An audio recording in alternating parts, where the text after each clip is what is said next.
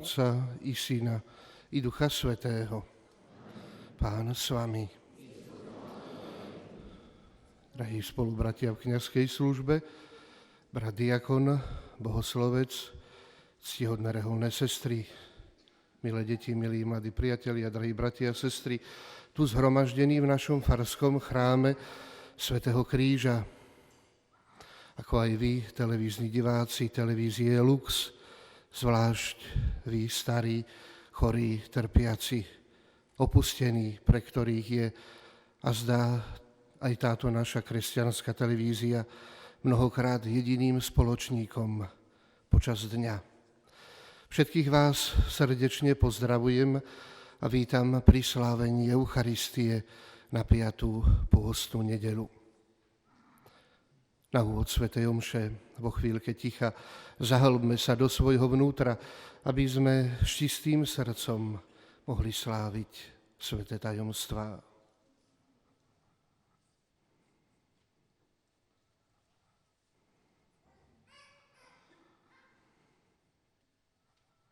Vyznávam všemohúcemu Bohu i vám, bratia a sestry, že som veľa zhrešil myšlienkami, slovami, skutkami a zanedbávaním dobrého.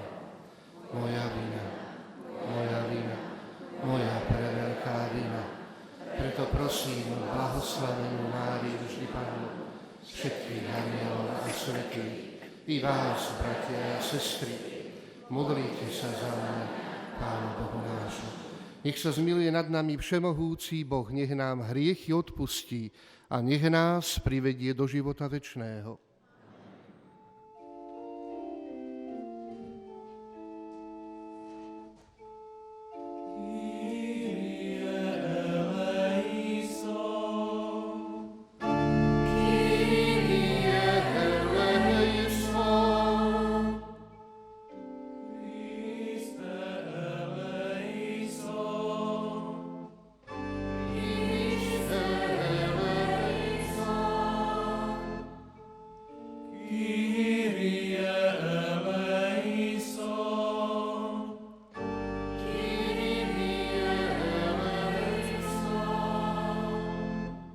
Modlíme sa.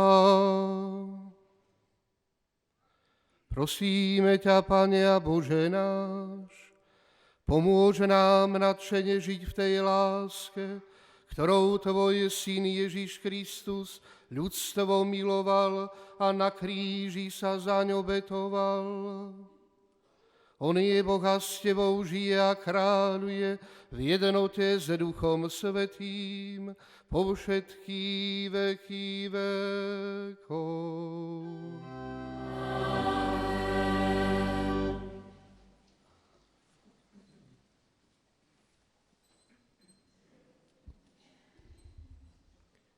Čítanie z knihy proroka Jeremiáša.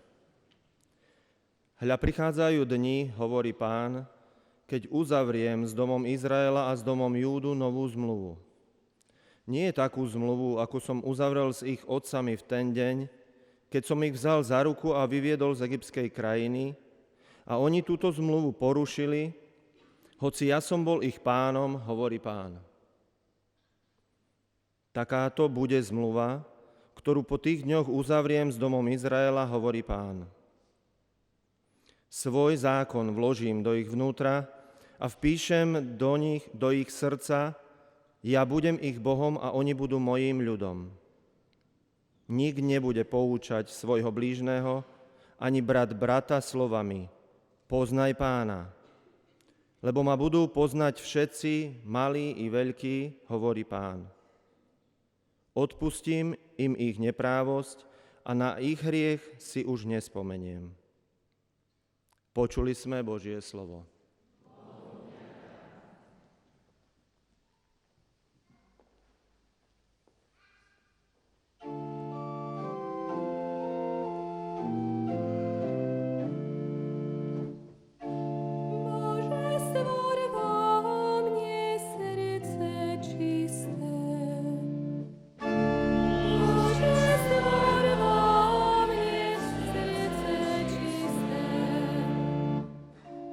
Z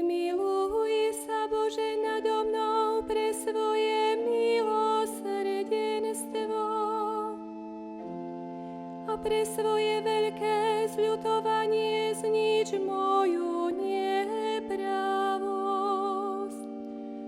Úplne zmij zo mňa moju vinu a očisť ma od hriechu. Bože, stvor vo mne srdce čisté. Bože, stvor vo mne srdce čisté a v mojom vnútri obnov ducha pevného. Neodvrhuj ma spred svojej tváre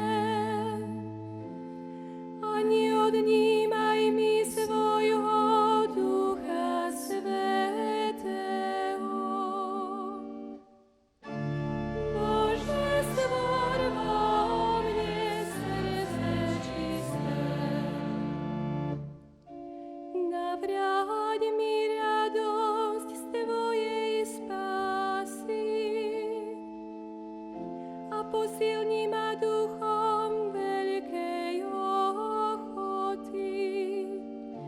Poučím blúdiacich o Tvojich cestách a hriešnici sa k Tebe obrátia. Bože, stvor vo mne srdce čisté.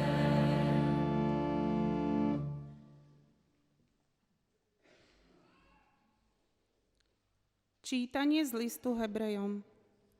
Kristus v dňoch svojho pozemského života so silným výkrikom a so slzami prednášal prosby a modlitby tomu, ktorý ho mohol zachrániť od smrti a bol vyslyšaný pre svoju bohabojnosť. A hoci bol synom, z toho, čo vytrpel, naučil sa poslušnosti a keď dosiahol dokonalosť, stal sa pôvodcom večnej spásy pre všetkých, ktorí ho poslúchajú. Počuli sme Božie slovo.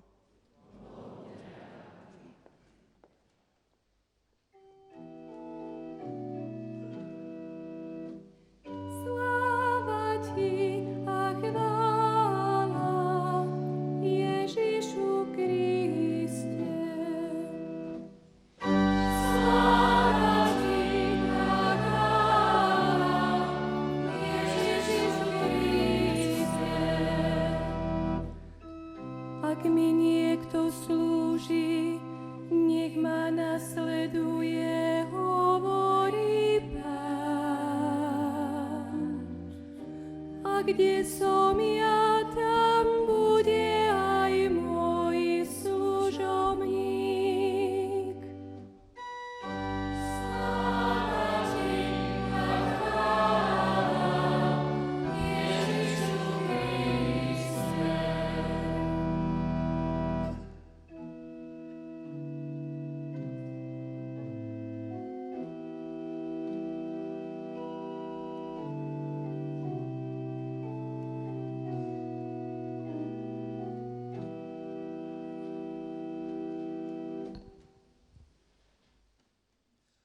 Pán s vami. Čítanie zo svätého Evanjelia podľa Jána.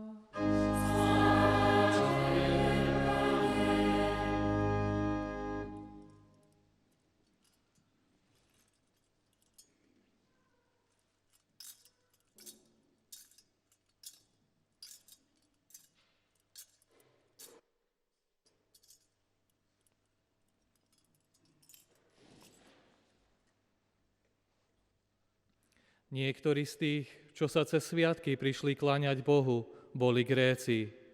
Pristúpili k Filipovi, ktorý bol z galilejskej Betsaidy, a prosili ho: Pane, chceli by sme vidieť Ježiša. Filip šiel a povedal to Ondrejovi. Ondrej a Filip to išli povedať Ježišovi. Ježiš im odpovedal: Nadišla hodina, aby bol Syn človeka oslávený. Veru, veru, hovorím vám, ak pšeničné zrno nepadne do zeme a neodumrie, ostane samo. Ale ak odumrie, prinesie veľkú úrodu. Kto miluje svoj život, stratí ho. A kto svoj život nenávidí na tomto svete, zachráni si ho pre večný život. Ak mi niekto slúži, nech ma nasleduje. A kde som ja, tam bude aj môj služobník. Kto bude mne slúžiť, toho poctí Otec. Teraz je moja duša vzrušená. Čo mám povedať? Otče, zachráň ma pred touto hodinou. Veď práve pre túto hodinu som prišiel. Otče, osláv svoje meno. A z neba zaznel hlas. Už som oslávil a ešte oslávim. Zástup, ktorý tam stál a počul to, hovoril, že zahrmelo. Iní vraveli, anjel s ním hovoril. Ježiš povedal, nie kvôli mne zaznel tento hlas, ale kvôli vám. Teraz je súd nad týmto svetom. Teraz bude knieža tohto sveta vyhodené von. A ja, až budem vyzdvihnutý od zeme, všetkých pritiahnem k sebe. To povedal, aby naznačil, akou smrťou zomrie. Počuli sme slovo Pánovo.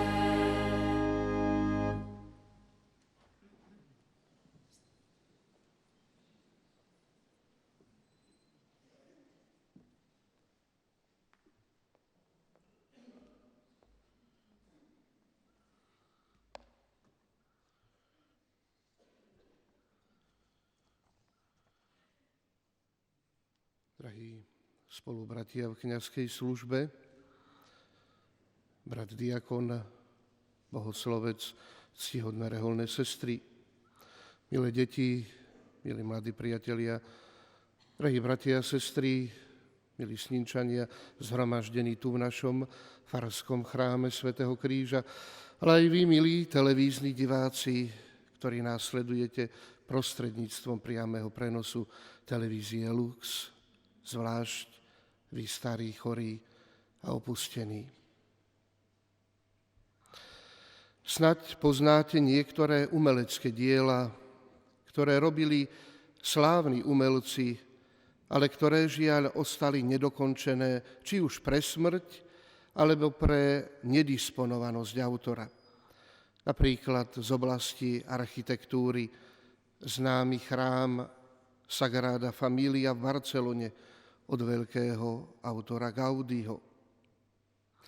Je nemálo diel aj z iných oblastí, ktoré zostali nedokončené, napríklad diela hudobné, Mozartovo Requiem, diela literárne a podobne.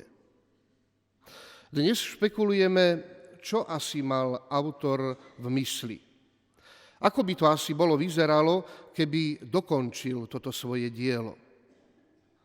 Niektoré diela dokončili žiaci pôvodných autorov. Ale aj tak sa v duchu pýtame, malo to byť také? Tak si to želal autor? Častokrát už odpoveď nenachádzame. Tak je to koniec koncov vždy aj v živote. Ak má byť niečo pekné a používateľné, musí to byť dokončené. Pretože iba tak je v tom všetko, čo tam má byť. Iba tak je to kompletné. Keď sa staval chrám svätého Petra v Ríme, všetci žasli. Už pri stavaní obvodových múrov boli všetci úžasnutí a obdivovali jeho staviteľa Michelangela. No on vedel, že aj keď ľudia jeho dielo chvália, nie je to to, čo má byť. V jeho mysli bola aj koruna jeho diela. Mohutná dvojplášťová kupola. Jeho dielo bude hovoriť až vtedy, keď bude kompletné. Keď sa nad ním bude týčiť táto kupola. A keďže táto kupola, ako vieme, bola dostávaná jeho žiakmi, pretože Michelangelo medzi tým zomrel, svet začal obdivovať tú opravdivú nádheru tohto dokonalého a dosiaľ neprekonaného skvostu staviteľského umenia. Až vtedy ľudia pochopili myšlienku autora a tohoto diela, keď dielo bolo dokončené. Je to tak. Dielo musí byť dokončené, musí mať punc. Inak je to nepoužívateľné, aspoň nie tak, ako si to predstavoval jeho pôvodca. V Evanjeliu, ktoré sme si vypočuli, sme sa stretli s ľuďmi, ktorí mali veľký záujem o Krista a o jeho učenie. Boli to cudzinci, Gréci. A keďže sa im toto učenie páčilo, mysleli si: bolo by dobré, keby sme ho priniesli aj do našej krajiny, k nám domov. Tu by to učenie prinieslo divy. A preto sa rozhodli, že Krista vyhľadajú a že ho prípadne požiadajú o povolenie hlásať jeho učenie u nich doma, prípadne sa ho spýtajú na nejasnosti, ktoré ešte mali v tomto učení. Poprosia ho, aby k ním sám prišiel učiť. No ako vidíme, ako sme to počuli aj v dnešnom evanjeliu, nepochodili. Zdá sa nám, ako keby ich Ježiš ignoroval. Ako keby začal hovoriť na úplne inú tému. Hovoril: nadišla hodina, aby bol syn človeka oslávený.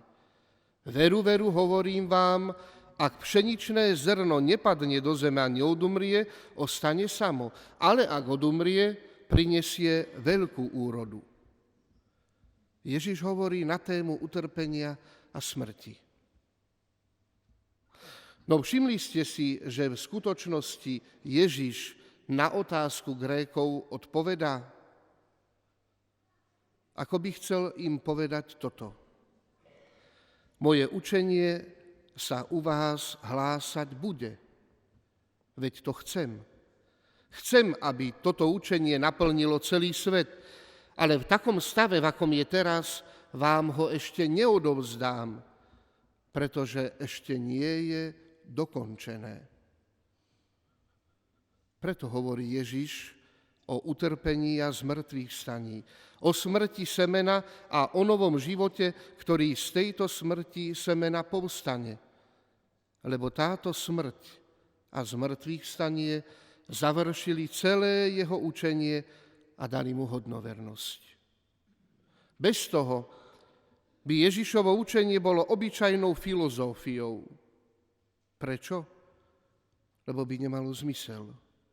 Každá filozofia je v podstate takouto, pretože všetky normy a učenia sú pekné. Ale čo z toho, keď u človeka zlyhávajú práve vo chvíli, keď by ich najviac potreboval?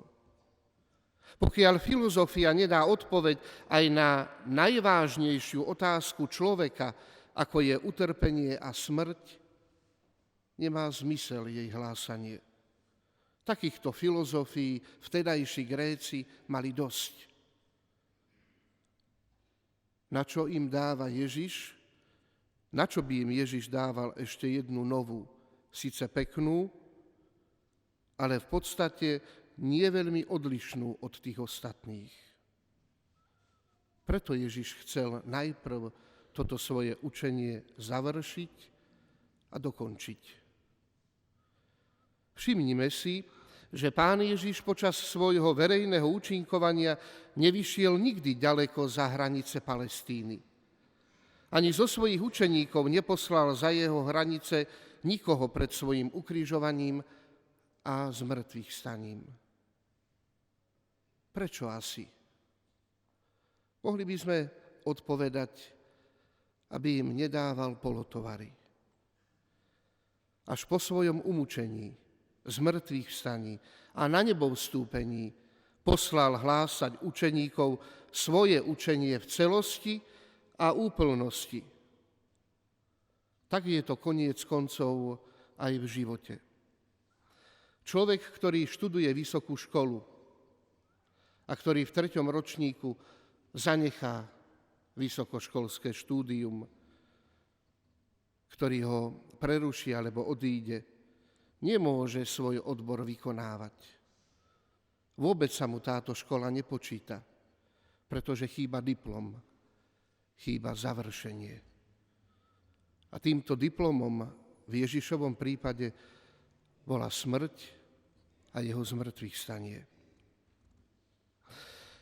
Je zaujímavé, že práve táto vec robila a robí mnohým kresťanom neraz problém.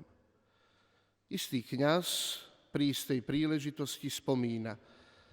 Spomína na muža, na človeka, s ktorým sa stretol a ktorý rozprával asi takto. Keby nebolo toho kríža a za ním vlastne tej potupnej smrti, to by sa hlásalo kresťanstvo. To by bola nádherná náuka. To by jej aj veľa ľudí uverilo.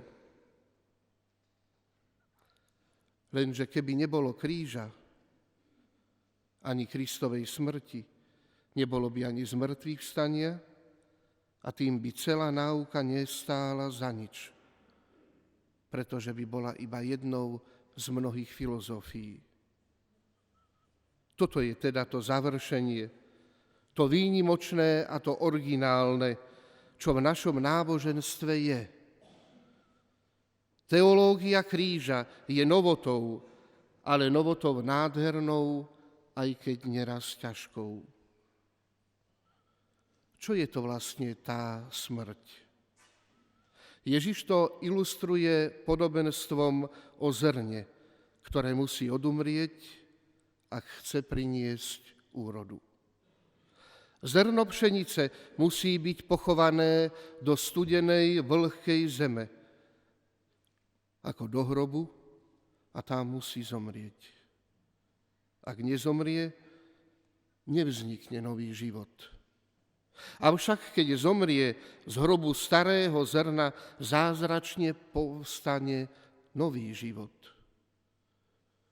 Je to ohromujúci paradox. Život pochádzajúci zo smrti. S nami, drahí moji, to musí byť podobne. Ako je nevyhnutné, aby pre narodenie nových plodov zomrelo staré zrno, tak je nevyhnutné, aby aj v našom živote pre zrod čohosi nového zomrelo čosi staré.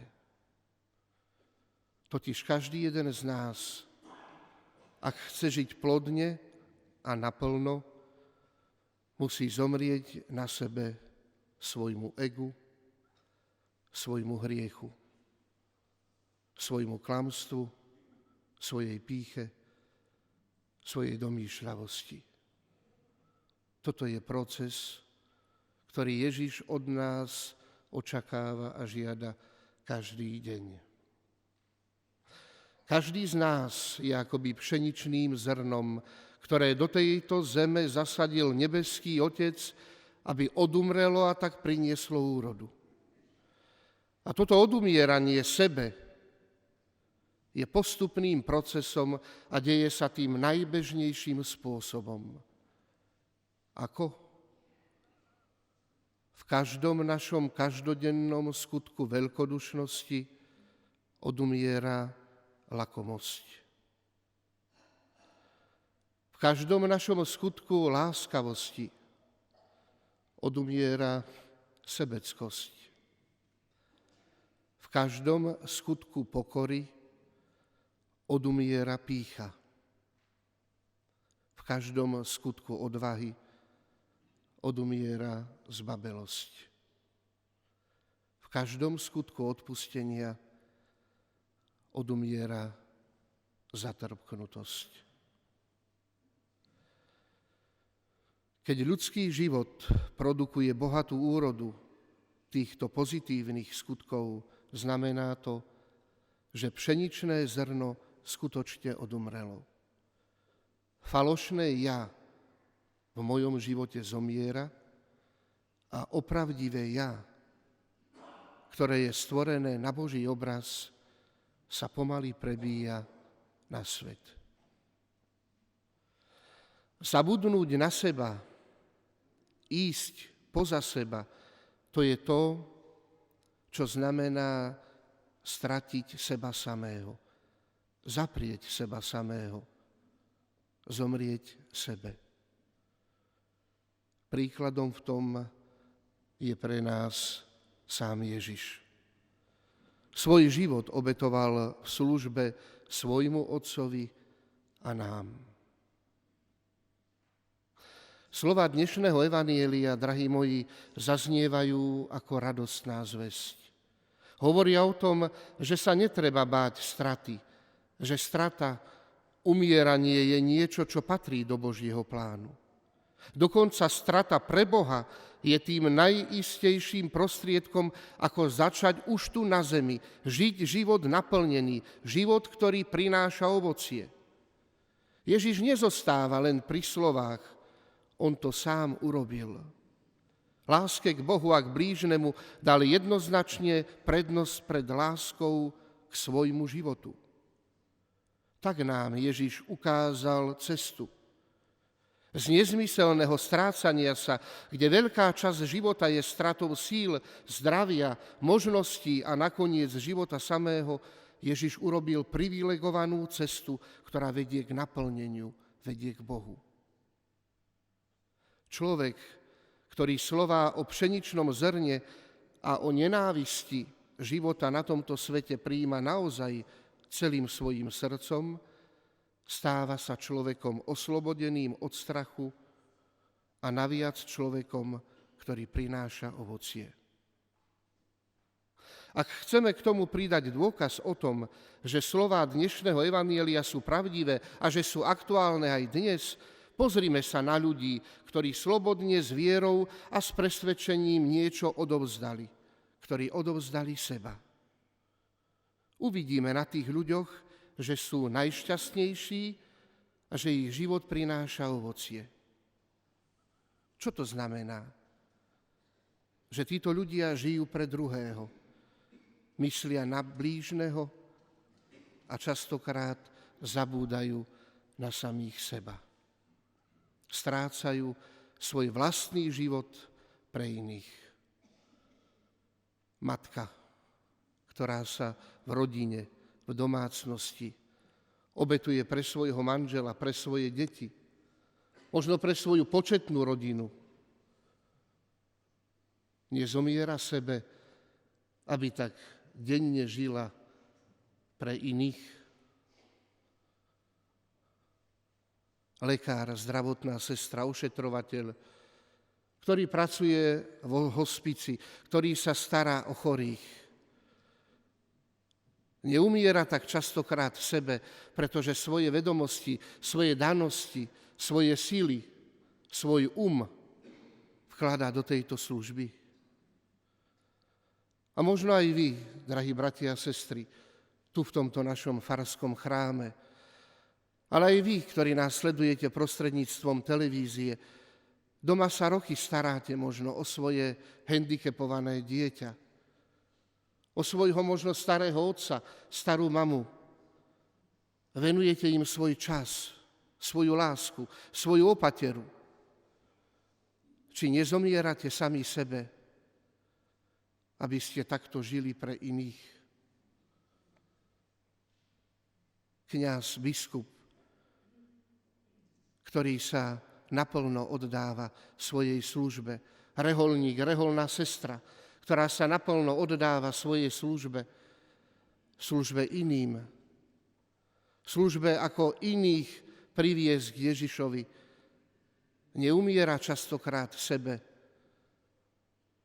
aby venujúc svoj čas, svoj svoje sily, svoje schopnosti vložila do služby cirkvi a Krista. A tak by sme mohli pokračovať, drahí bratia a sestry, naozaj ďalej. Škótsky spisovateľ Archibald Cronin v knihe Dobrodružstva dvoch svetov spomína na zdravotnú sestru, ktorá sa volala Olwen Davis. Táto sestra viac ako 20 rokov slúžila ľuďom trpezlivo, obetavo, prívetivo a láskavo. Táto jej podvedomá nesebeckosť a obetavosť, ktorú všetci chápali ako kľúčovú vlastnosť jej charakteru, bola veľmi slabo ohodnotená a ocenená. Hoci ľudia mali radi, jej plat bol veľmi nízky. Po jednom ťažkom ošetrení ťažko chorého človeka jej primár hovorí: sestrička, vy by ste si zaslúžili väčší plat. A ona sa usmeje a hovorí: nie, ďakujem, ja som spokojná aj s tým, čo mám. A lekár znovu pokračuje a hovorí: nie, aj sám Pán Boh vie, že by ste si zaslúžili za svoju obetavú službu, ktorou denne umierate sebe a slúžite iným, väčšiu odmenu. A po chvíľke ticha sestrička hovorí: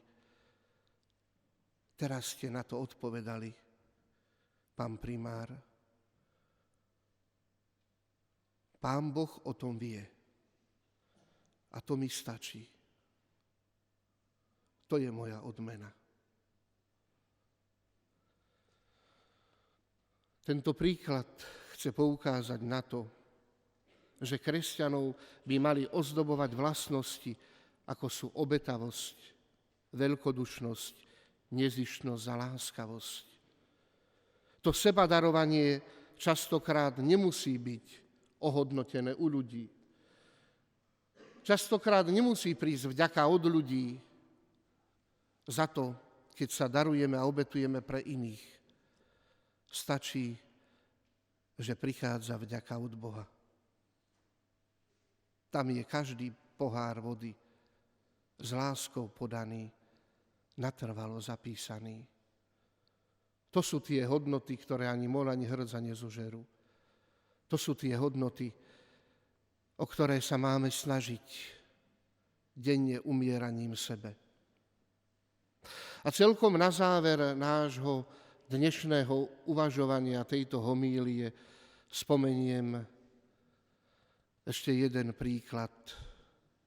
O pár dní celý svet, a zvlášť celý kresťanský svet, si pripomenie 2. apríla 10. výročie smrti veľkého pápeža svätého Jána Pavla II., ktorý je pýchou i nášho námestia tu pred kostolom.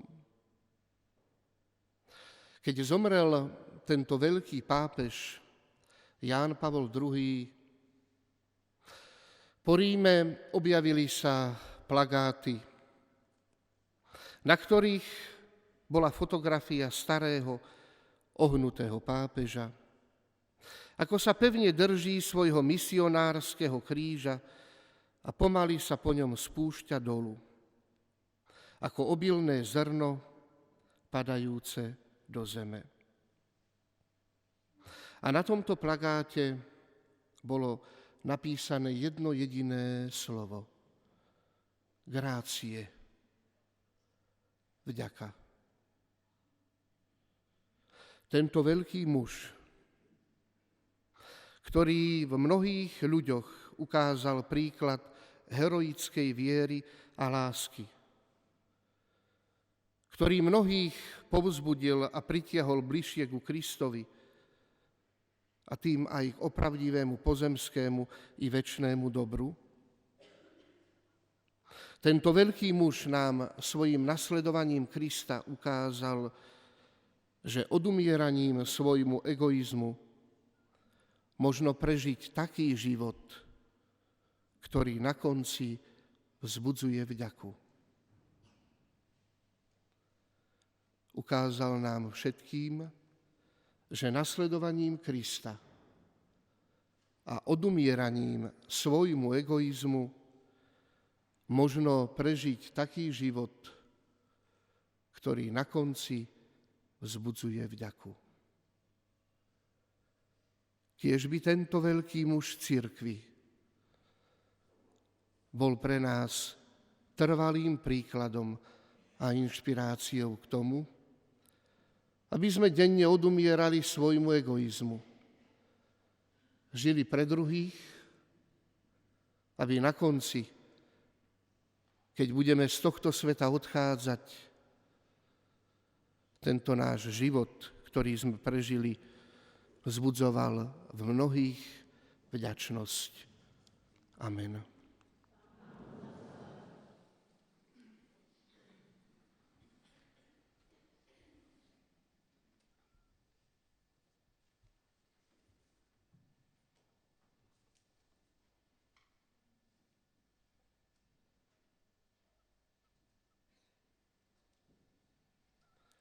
A teraz vyznajme vieru. Verím v Boha.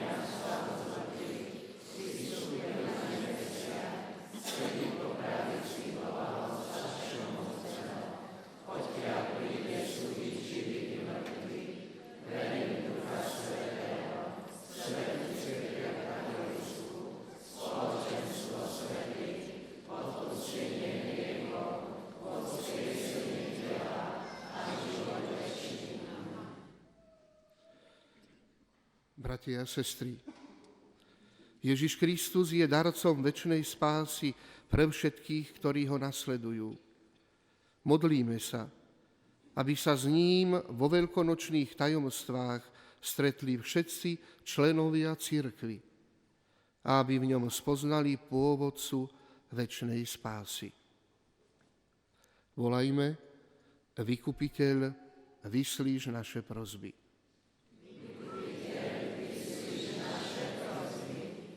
Veľkňaz novej zmluvy, posilňuj nášho biskupa Bernarda, aby sa horlivo staral o všetok Boží ľud našej diecézy.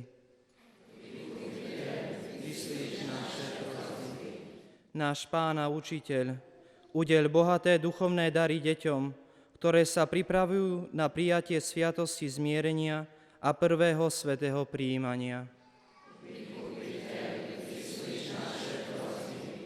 Kráľ národov, príď so svojou pomocou k hľadujúcim, chorým, bezdomovcom i k tým ľuďom, ktorí sú znechutení dobou a spoločnosťou. Božský vykupiteľ, zliadni na farnosti, v ktorých sa konajú duchovné obnovy a misie, aby sa obnovili a prehlbili vo viere, nádeji a láske. Pane Ježišu, prosíme ťa za všetkých, ktorí trpia následkami vojny na Ukrajine, aby sa mohli vrátiť pokojnému životu v miery. Nebeský Otče, prosíme ťa za všetkých prenasledovaných kresťanov, aby čerpali silu znášať utrpenie pre vieru v kríži nášho Pána Ježiša Krista, kráľa mučeníkov. Pane Ježišu, náš život a vzkriesenie, otvor brány raja zosnulým členom našich rodín.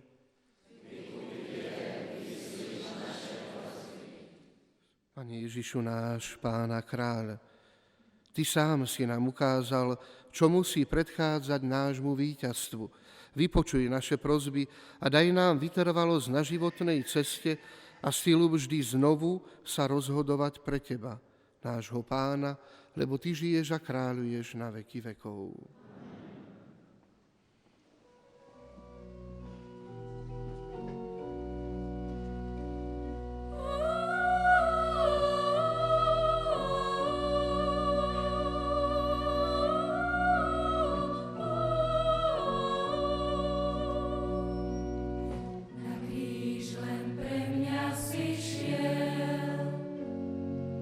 Môj Boh a môj Spasiteľ,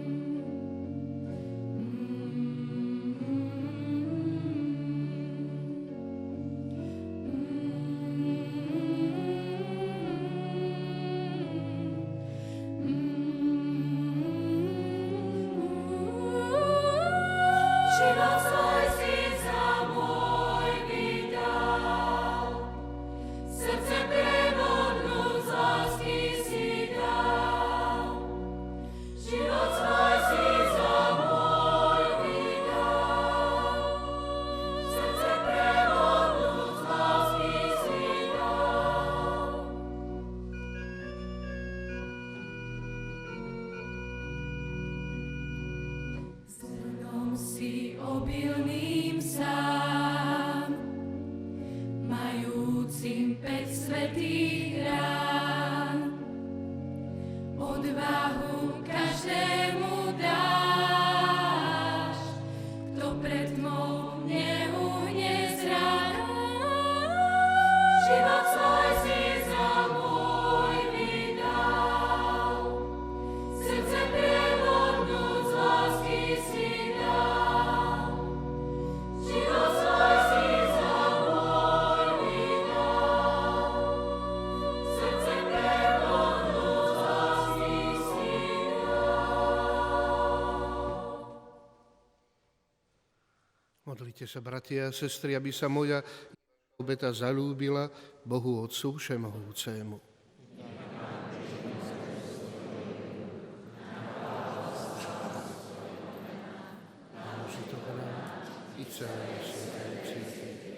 Všemohúci Bože, vo svojej otcovskej láske priviedol si nás k poznaniu kresťanskej viery. Prosíme ťa, očisti nás touto obetou od všetkých hriechov a pretvor nás na nových ľudí skrze Krista nášho Pána. Pán s vami, hore srdcia, vzdávajme vďaky Pánovi, Bohu nášmu.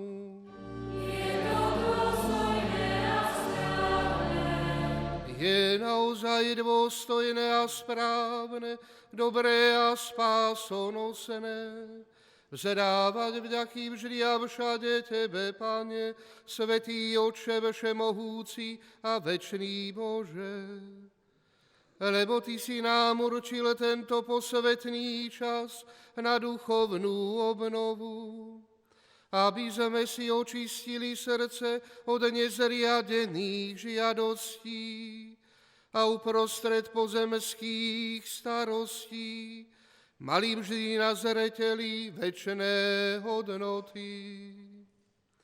Preto ťa so všetkými anielmi a svätými oslavujeme a bez prestania voláme. Svätý, svätý, svätý, Pán Boh všetkých svetov, plné sú nebesia i zem Tvojej slávy. Hosana na výsostiach, požehnaný, ktorý prichádza v mene Pánovom. Hosana na výsostiach. Naozaj si, Svätý Otče, a právom ťa chváli každé Tvoje stvorenie, lebo skrze svojho Syna, nášho Pána Ježiša Krista, mocou a pôsobením Ducha Svätého oživuješ a posvecuješ všetko a ustavične si zhromažďuješ ľud, aby od východu slnka až po jeho západ prinášal Tvojmu menu obetu čistú. Preto ťa, Otče, pokorne prosím, láskavo posväť svojím duchom tieto dary, ktoré sme Ti priniesli na obetu, aby sa stali telom a krvou Ježiša Krista, Tvojho Syna a nášho Pána, ktorý nám prikázal sláviť tieto tajomstvá. On v tú noc, keď bol zradený, vzal chlieb, vzdával Ti vďaky a dobrorečil, lámal ho a dával svojim učeníkom hovoriac: Vezmite a jedzte z neho všetci. Toto je moje telo, ktoré sa obetuje za vás.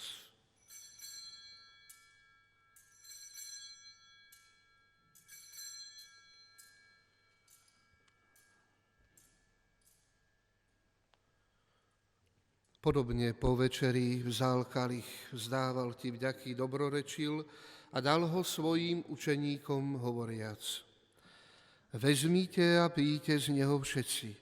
Toto je kalich mojej krvi, ktorá sa vylieva za vás i za všetkých na odpustenie hriechov.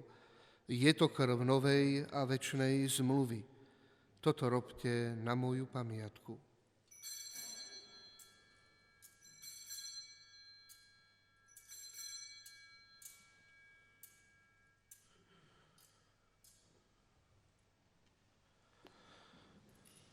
Tajomstvo viery. Pane, zvestujeme a Tvoje zmrtvých stanie vyznávame, kým neprídeš sláve. Preto, Oče, keď slávime pamiatku spásonosného umúčenia Tvojho Syna, jeho slávneho zmrtvých stania na nebo vstúpenia, a kým očakávame jeho druhý príchod, prinášame ti so vzdávaním vďaky túto živú a svätú obetu. Zhliadni, prosíme, na dar svojej cirkvi a spoznaj v ňom obetovaného baránka, ktorý podľa tvojej vôle zmieril nás s tebou, a všetkých, ktorí sa živíme telom a krvou tvojho Syna, naplň Duchom Svätým, aby sme boli v Kristovi jedno telo a jeden duch. Nech Duch Svätý robí z nás ustavičnú obetu pre Teba, aby sme dostali dedičstvo s Tvojimi vyvolenými, najmä s preblahoslavenou Pannou Máriou, Božou rodičkou, so svätým Jozefom, jej ženíchom, s Tvojimi svätými apoštolmi a slávnymi mučeníkmi a so všetkými svätými, ktorí nám, ako úfame, ustavične pomáhajú svojim orodovaním u Teba.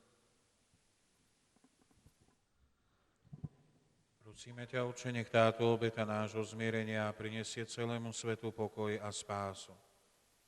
Vo viere a láske upevňuj svoju cirkev putujúcu na zemi, tvojho služobníka, nášho pápeža Františka, nášho biskupa Bernarda, celý zbor biskupov, všetkých kňazov a diakonov i všetok vykúpený ľud. Milostivo vypočuj prosby tejto rodiny, ktorú si zhromaždil okolo seba, a láskavo priveď k sebe, dobrotivý Otče, všetky svoje roztratené deti. Dobrotivo príjmi do svojho kráľovstva našich zosnulých bratov a sestry i všetkých, ktorí v Tvojej milosti odišli z tohto sveta. Pevne dúfame, že aj my sa tam s nimi budeme na veky radovať z Tvojej slávy. Kristovi našom Pánovi, skrze ktorého štedro dávaš svetu všetko dobré. Skrze Krista, s Kristom a v Kristovi máš Ty, Bože Otče všemohúci, v jednote s Duchom Svätým všetkú úctu a slávu po všetky veky vekov.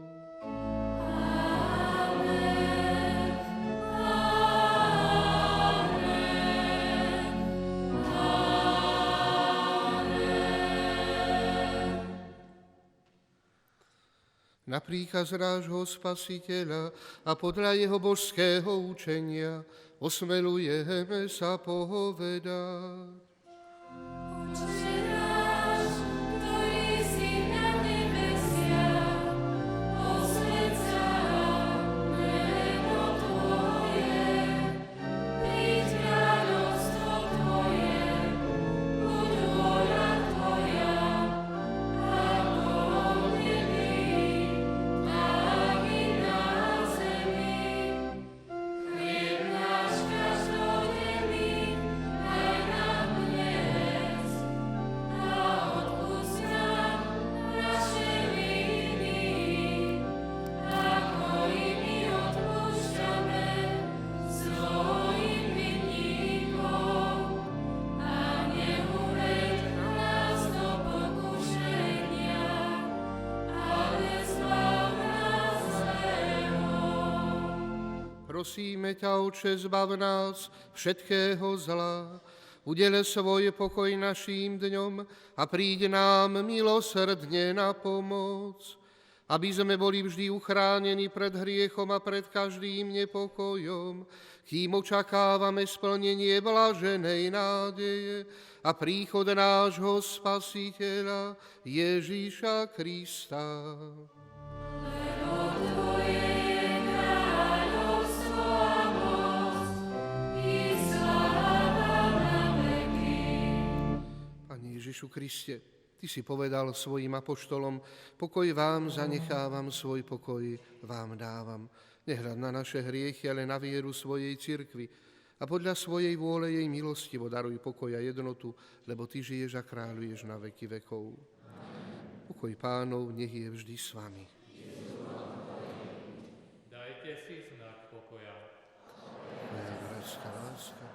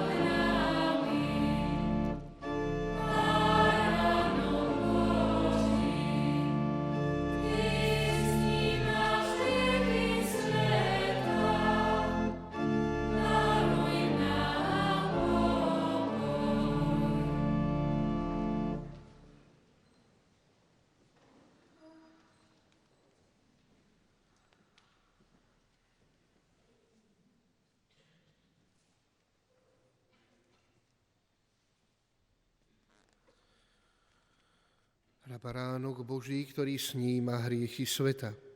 Blažení tí, čo sú pozvaní na hostinu baránkovú.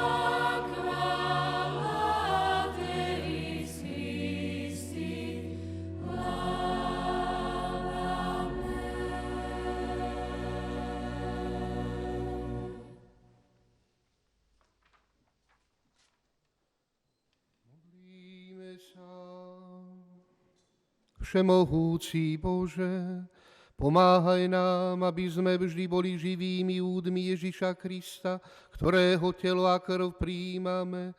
O to ťa prosíme skrze Krista nášho Pána. Dovolte ešte niekoľko oznamov.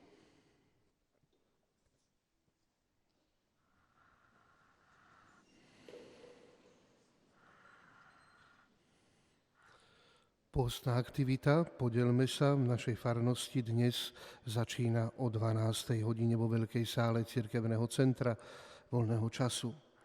Popoludní o 14.30 vás pozývam na pobožnosť krížovej cesty. Tento týždeň, ktorý je pred nami, máme 25.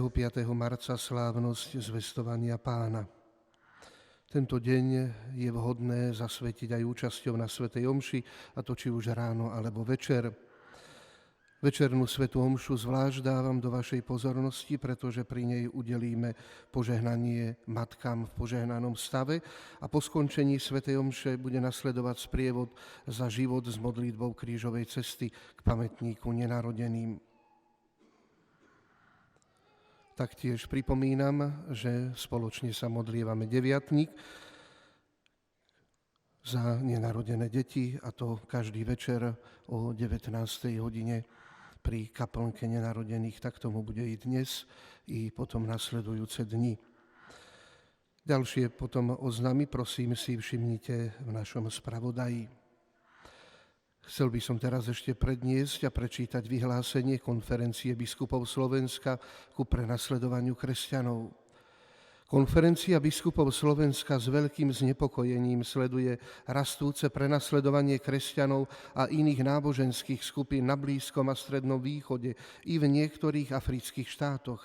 Sme šokovaní brutalitou, ktorej sú vystavení kresťania zo strany radikálnych islamských fundamentalistov. Obraciame sa na vládu Slovenskej republiky, aby starostlivosť o prenasledovaných zaradila medzi svoje zahranično-politické priority. Uvedomujeme si, že nedostatočné úsilie aj európskych národov a inštitúcií prehlbuje humanitárnu katastrofu a núti kresťanov k odchodu z oblastí, kde žili 2000 ročia. Oceňujeme všetkých verejných činiteľov a občianskych aktivistov, ktorí neprestávajú upozorňovať verejnosť na túto nespravodlivosť a porušovanie základných ľudských práv. V snahe zmierniť utrpenie našich bratov a sestier vo viere, v spolupráci so Slovenskou katolíckou charitou a v solidarite s ťažko skúšanými cirkvami vyhlasujeme celoslovenskú zbierku na pomoc prenasledovaným kresťanom, ktorá sa uskutoční pri všetkých bohoslužbách na budúcu kvetnú nedeľu dňa 29. marca. Rovnako sa obraciame na všetkých veriacich s naliehavou prosbou o modlitby za mier a zmierenie medzi národmi. Nech naša konkrétna pomoc a modlitba prispejú k zmierneniu utrpenia a k skončeniu špirály násilia.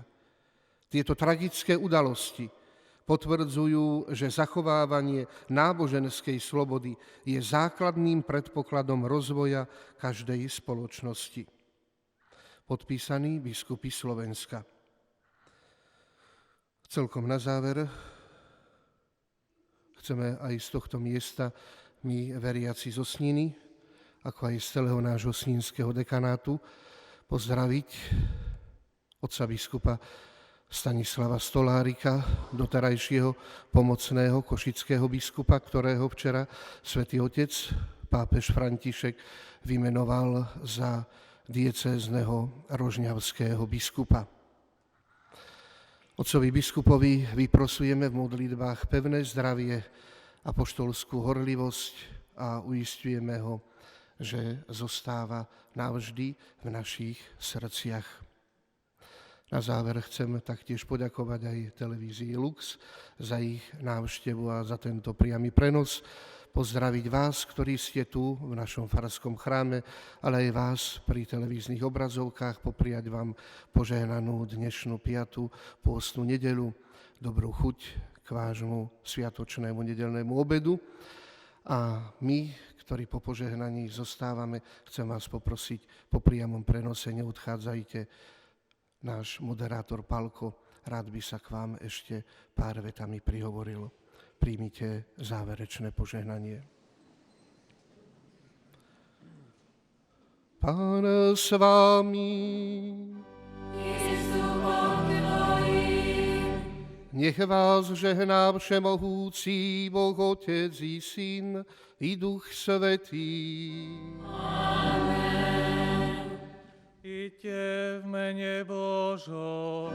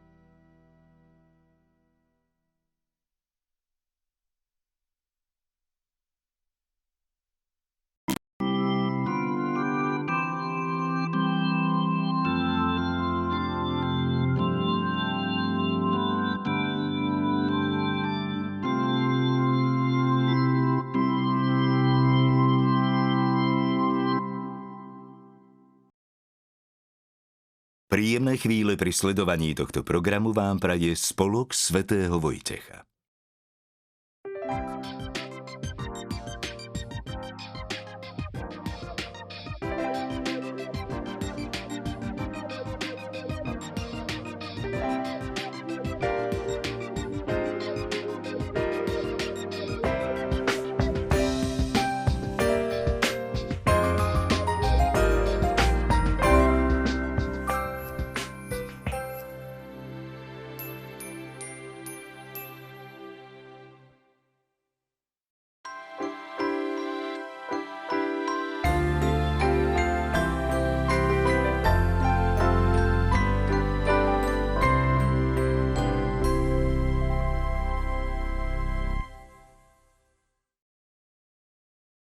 Cari fratelli e sorelle, buongiorno. Drahí bratia a sestry, dobrý deň. Oggi vorrei soffermarmi sull'azione che lo Spirito Santo compie nel guidare la Chiesa e ciascuno di noi alla verità. Dnes by som sa rád zastavil pri činnosti, ktorú vykonáva Duch Svätý, keď vedie cirkev a každého z nás smerom k pravde. Ježiš hovorí svojim učeníkom: Duch Svätý vás